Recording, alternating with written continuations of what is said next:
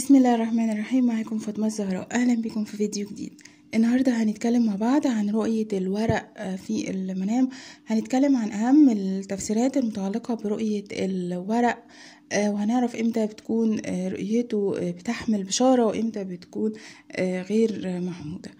اولا بشكل عام لما يشوف الشخص انه بيحمل ورق وبيشوف ان الورق ده فارغ، ما ابيض، ما فيهوش اي حاجة، فمن الرؤى اللي بتدل على فشل الرائي احيانا على تحقيقه امنية او تحقيقه رغبة كان بيسعى لتحقيقها.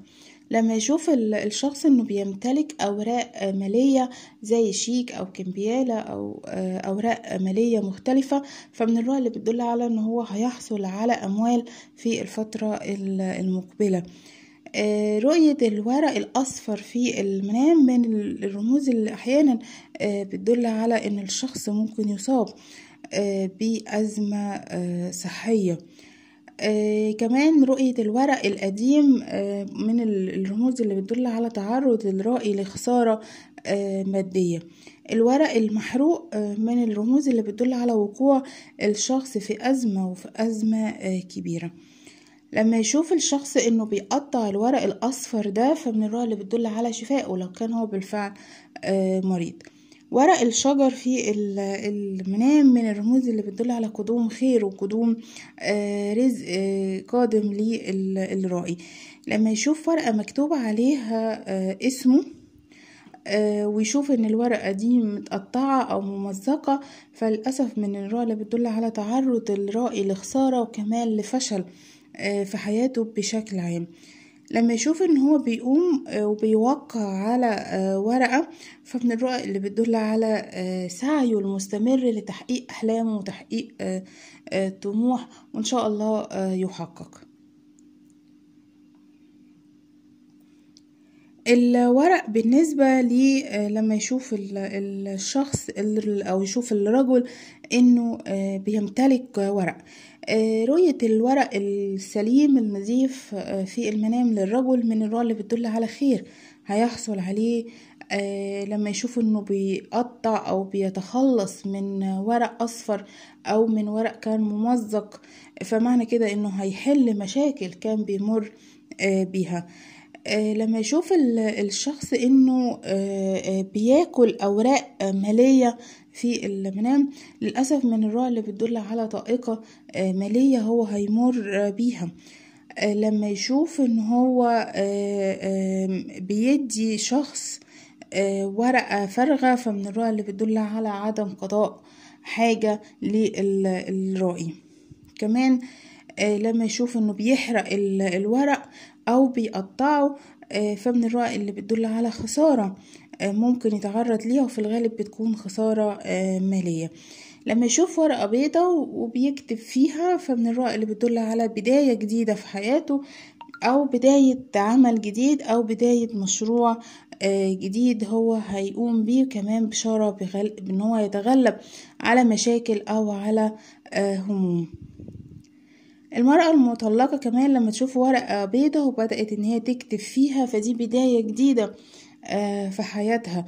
كمان بشارة باستقرار، بشارة بعوض عن فترة صعبة كانت مرت بيها. الورقة اللي لونها أصفر للمرأة المطلقة أحيانا بتدل على مشاكل بينها وبين زوجها أو بينها وبين طليقها. المرأة الحامل كمان لما تشوف الورق الأبيض الجديد من الرموز اللي بتدل على ولادة سهلة وكمان ولادة ميسرة وصحة ليها ولجنينها. لما تشوف انها بتكتب على ورق أبيض، فده بشارة بتبديل أحوالها للأفضل وكمان بصلاح حالها. الورق الأصفر للأسف للمرأة الحامل من الرموز اللي بتدل على مشاكل صحية هي ممكن تمر بيها. لو شافت ان هي بتمزقها او بتقطعها، فمعنى كده ان هي هتتخطى المشاكل الصحية دي وبشارة ليها بالشفاء. الورقة البيضة اللي شكلها حلو من الرموز اللي بتدل على قدوم خبر سعيد ليها ولعائلتها. كمان المرأة المتزوجة برضو، المرأة المتزوجة لما تشوف الورق الأبيض الجديد، فبشارة ليها بقدوم خير، كمان قدوم مال. كمان لما تشوف مجموعة من الأوراق فمعنى كده ان هي هتجني أرباح وهتجني مكاسب وهتحصل على أموال وأموال حلال. من الرموز برضو اللي بتدل على تبديل في أحوالها للأفضل. لو كانت موظفة يعني وشافت مجموعة من الورق فبشارة ليها بترقية وبحصولها على منصب. لو كانت هي بتسعى لعمل فبشارة ليها بوظيفة هتكون أفضل. لو كانت هي بتعمل وعايزة وظيفة أفضل فبشارة ليها بأن هي هتحصل عليها. لو كانت هي بتسعى لعمل وكانت عاطلة تماما فمن الرؤى اللي بتدل على أنها تحصل على وظيفة مرموقة.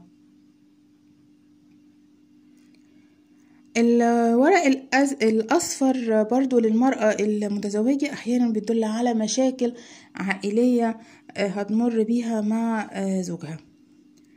الفتاة العزباء كمان لما تشوف انها بتاخد ورق أبيض من شخص فمعنى كده ان هي هتكسب أو هتحصل على أموال وأموال كتير.